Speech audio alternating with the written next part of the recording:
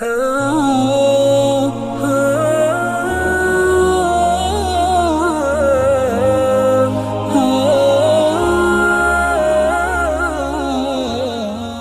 مہمان کا میزبان پر حق ہوتا ہے. ہر مہمان کا، ارے نارمل مہمان آئے تو کتنے دن کھلانا؟ کم سے کم 3 دن. اس کے بعد مہمان کو شرم مانا. اس کے بعد کیا آنا؟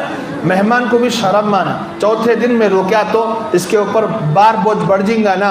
تیسرے دن شام کو نکل جانا. کم سے کم 3 دن کھلانا ایک مہمان کا حق ہوتا ہے. ارے یہ سب چیزیں معاشرے میں لاؤ، اس سے محبت بڑھتی ہے، معاشرہ پھلتا پھولتا ہے، آپس میں ناراضگیاں دور ہوتی ہیں. ایک دن مہمان برداشت کرنے کے لیے ہم تیار نہیں ہوتے. جن گھروں میں مہمانوں کی آمد کو نحوست سمجھا جائے وہ گھر کبھی فرشتوں کی نظروں میں چمکتا نہیں ہے.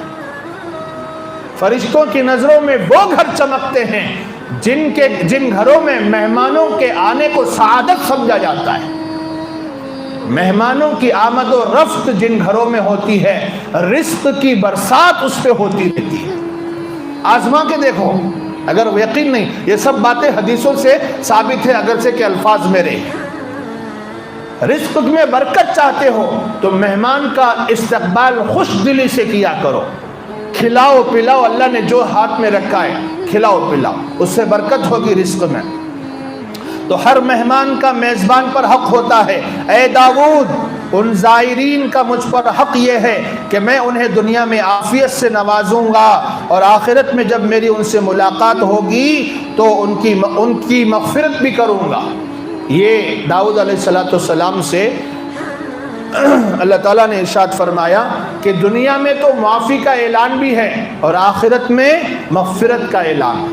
یہ حج کا نتیجہ ہوتا ہے، حج کا رزلٹ ہوتا ہے. بہت ساری روایتیں ابھی باقی ہیں، کوشش کریں گے آئندہ جمعہ بھی فضائل پر ہی بات ہو. لیکن آپ لوگوں سے گزارش ہے کہ جتنے بھی جمعہ عید سے پہلے ہمیں ملیں، مختصر ہی بیان ہوگا، مختصر بیان ہوگا، 1:45 سے 1:45 تک بیان ہوگا. 1 گھنٹے میں جتنا فضائل مسائل ہم سن سکیں سنیں. عام طور پر ہوتا کیا ہے، حج کی عبادت کی فضیلت تو ہمیں معلوم ہے لیکن مسائل سے ہم نابلد ہیں. اس کا نتیجہ یہ ہوتا ہے حج کرنے جاتا ہے، حج کر بھی لیتا ہے لیکن ناواقفیت اور جہالت کی وجہ سے خالی ہاتھ لوٹتا ہے. خالی ہاتھ لوٹ. آپ بولیں گے خالی ہاتھ کیسے لوٹے حضرت؟ ہمیں حج کرے، آدمی کی دیکھا دیکھی کیا کیا کہ وہ بھاگ دوڑ کرے، تمہیں کیسا بولتی خالی ہاتھ لوٹے؟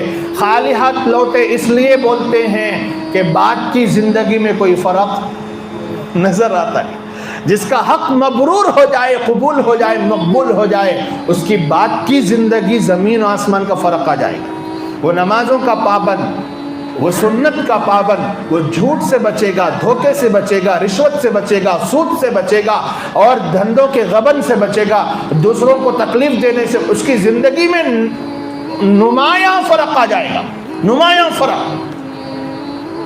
اور نبی کا عشق اس کے دل اور دماغ پر چڑھ جائے گا.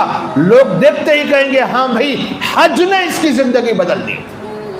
حج نے، جیسے چلے میں 4 مہینے میں جا کر آنے کے بعد لوگ کہتے ہیں ہاں بھائی جماعت میں جانے سے پہلے بڑا خراب تھا، جا کر آیا الحمدللہ انسان بنیا.